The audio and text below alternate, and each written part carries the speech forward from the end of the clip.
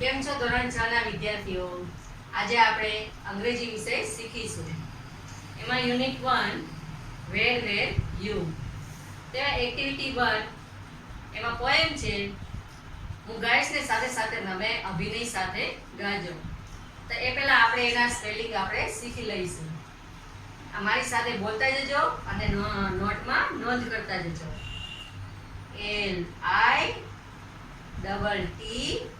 LITTLE little એટલે નાનો. BED bed એટલે પથારી. ROLLOVER રોલ ઓવર એટલે ગુલાટ ખાવી. FELLDOWN ફેલ ડાઉન એટલે પડી જવું. SAID સેડ એટલે કહેવું. GOODNIGHT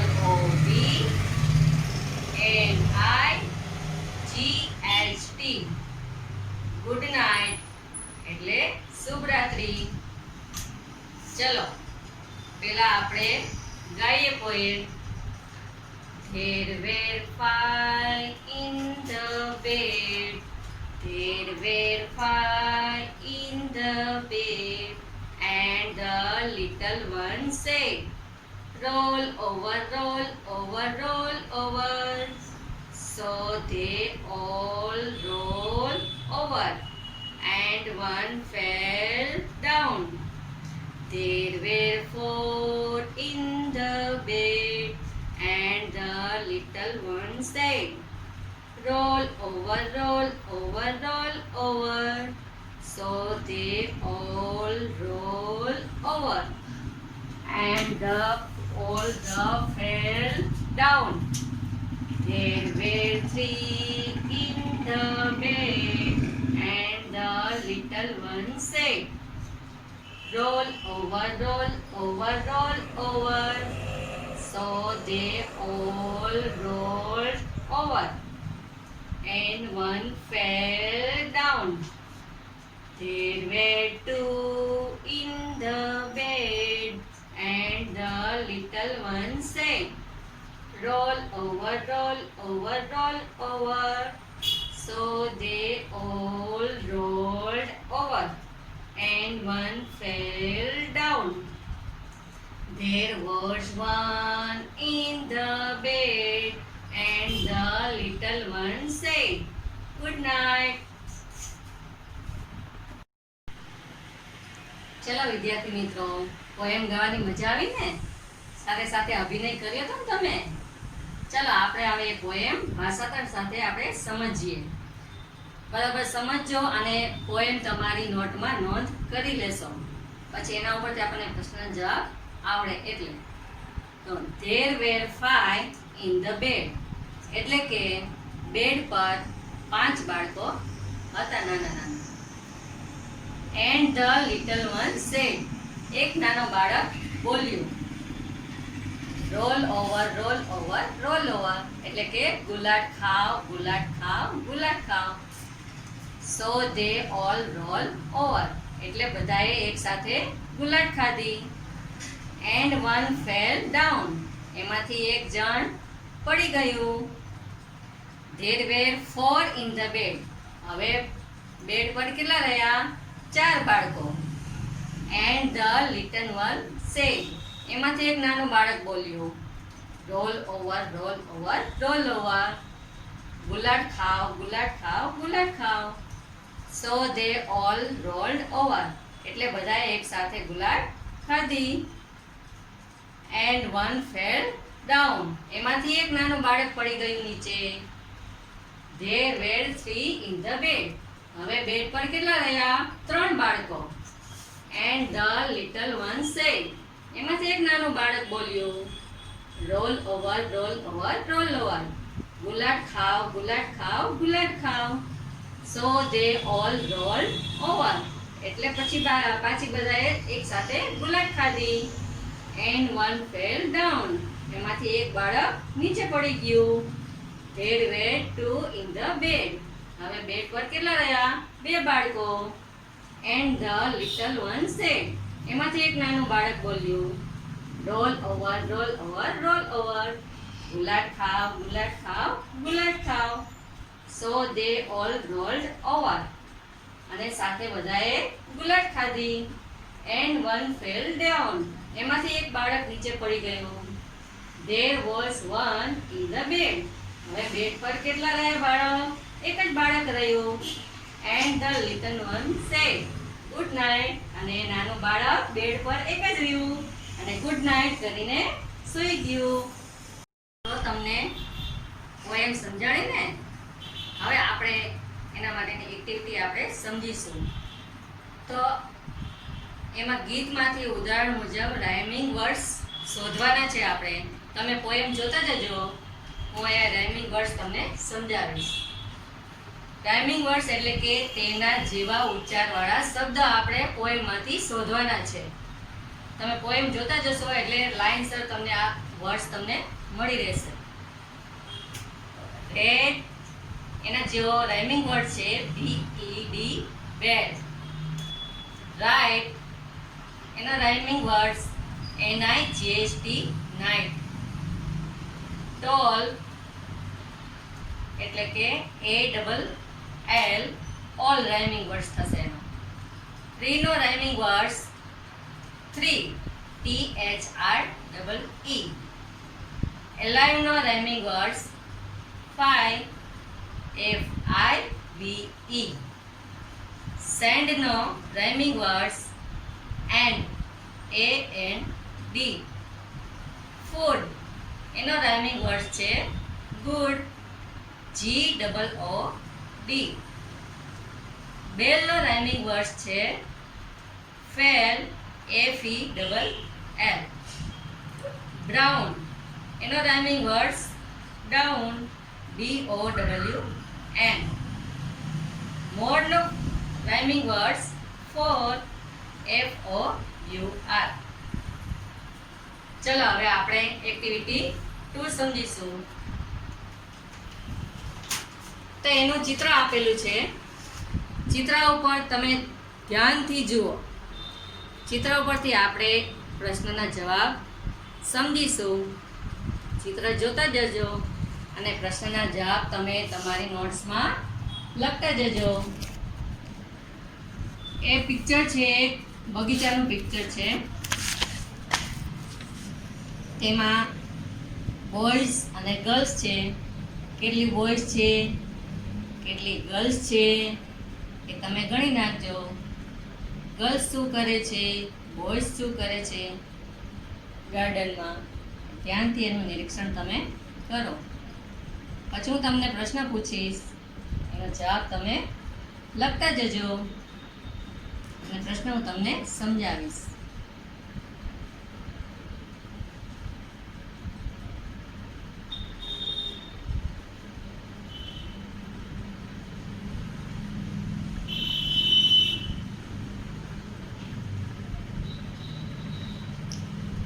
ધ્યાનથી જુઓ બાળ મિત્રો. ચિત્ર જોઈ લીધું? ચલો હવે આપણે એનો પહેલો પ્રશ્ન આપણે સમજીશું. There are some children in the garden. Count them. તો બગીચામાં થોડાક બાળકો છે. કેટલા છે આપણે એ ગણવાના છે. The number of boys. છોકરાઓ કેટલા છે તો ગણી જુઓ તો છોકરાઓ બોયઝ છે 4. તમે નોટમાં નોંધ કરતા જજો એનો જવાબ. નંબર ઓફ ગર્લ્સ એટલે કે છોકરીઓ કેટલી છે તો છોકરીઓ છે 6. બીજો પ્રશ્ન આપણે સમજીશું. Write their names. તો બગીચામાં કેટલા છે એ બધા છોકરા છોકરીઓના આપણે અહીંયા નામ લખવાના છે. તો આપણે લખીશું નામ જય, સંજય, ઇરફાન, મહેશ, રેશમા, સોના, મોના, ઈવા, સુનીતા અને ગીતા. સમજાઈ ગયું? હવે ત્રીજો પ્રશ્ન, વેર ઇઝ મહેશ? તો મહેશ ક્યાં છે? જુઓ તો ચિત્રમાં, Mahesh is on the seesaw. એટલે કે મહેશ ક્યાં છે? તો મહેશ પેલા ઉચક નીચકમાં બેઠો છે. પ્રશ્ન ચોથો, વેર આર સોના એન્ડ મોના? સોના અને મોના ચિત્રમાં ક્યાં છે? જુઓ તો તેનો આન્સર છે Sona and Mona are on the swings. તો સોના અને મોના ક્યાં છે? હિંચકા પર બેઠા છે. પાંચમો પ્રશ્ન, આર જય and Sanjay on the seesaw? જય અને સંજય શેમાં છે? જુઓ તો ક્યાં બેઠા છે? તો જય અને સંજય પેલામાં છે ઉચક નીચકમાં? તો કે ના, no, Jay and Sanjay are not on the seesaw. તો જય અને સંજય ત્યાં નથી. પ્રશ્ન છઠ્ઠો સમજીએ આપણે, ઇઝ જય બિહાઇન્ડ ધ ટ્રી? શું જય ઝાડની પાછળ છે? જો તો જય ઝાડની પાછળ તમને દેખાય છે? No, Jay is not behind the tree. ના, જય ઝાડની પાછળ નથી. પ્રશ્ન સાતમો સમજીએ, હુ આર સ્કીપિંગ? દોરડા કોણ કૂદે છે? જુઓ તો ચિત્રમાં, Eva, Sunita and Gita are skipping. Eva, Sunita અને ગીતા દોરડા કૂદે છે. મિત્રો આપણે આગળ વધીએ. ચિત્ર તમે જુઓ. આઠમો પ્રશ્ન આપણે સમજીએ, who is skipping? Eva, Sunita and Gita are skipping. Eva, Sunita અને ગીતા દોરડા કૂદી રહી છે. નવમો પ્રશ્ન સમજીએ, વોટ ઇઝ રેશમા ડુઈંગ? એટલે કે રેશમા શું કરી રહી છે? ચિત્રમાં જુઓ તો રેશમા શું કરે છે? Reshma is sliding. તો રેશમા લપસણી ખાય છે. દસમો પ્રશ્ન, what are Sunita and Gita doing? Sunita અને ગીતા શું કરી રહી છે? જુઓ તો ચિત્રમાં, Sunita and Gita are skipping. તો સુનિતા અને ગીતા દોરડા કૂદી રહી છે. સમજાયું બાળ મિત્રો તમને એક્ટિવિટી 1 અને 2 યુનિટ 1 ની? બાય. ચલો વિદ્યાર્થી મિત્રો, આપણે યુનિટ 1 માં હવે એક્ટિવિટી 3 સમજીશું. તો એક્ટિવિટી 3 માં આપણે આ સંવાદ જે છે આપણે વાંચવાના છે. કઈ રીતના તમે એનું રીડિંગ કરી શકો એ હું બોલું એની સાથે સાથે તમે પણ બોલશો, જેથી કરીને તમને ખ્યાલ આવશે. Teacher said, Ramesh, give me your sharpener please. Teacher કહે છે કે મને તારો સંચો આપ. Ramesh said, here it is ma'am. Ramesh કહે છે કે આ રહ્યો સંચો. Teacher said, thank you, put it on the table. Teacher કહે છે આભાર, તે ટેબલ ઉપર મૂકી દે. ચલો બીજો ડાયલોગ આપણે સમજીશું. Ila said, Jayant, put your eraser on the table. Ila કહે છે જયંત, તારું રબર ટેબલ ઉપર મૂકી દે. Jayant said, oh sure. જયંતે કહ્યું હા સારું. Ila sad, thanks. ઇલાએ કહ્યું આભાર. ચલો હવે ત્રીજો ડાયલોગ આપણે સમજીશું. Daksha said, give me your sketch pen Divya. Daksha કહે છે કે મહેરબાની કરીને પ્લીઝ મને તારી સ્કેચ પેન આપીશ. Divya said, no sketch pen, sorry. Divya કહે છે ના, મારી પાસે નથી, sorry. Daksha said, okay, give me your hair pin. સારું, મને તારી હેર પિન આપ. Divya said, here it is. આ રહી હેર પિન.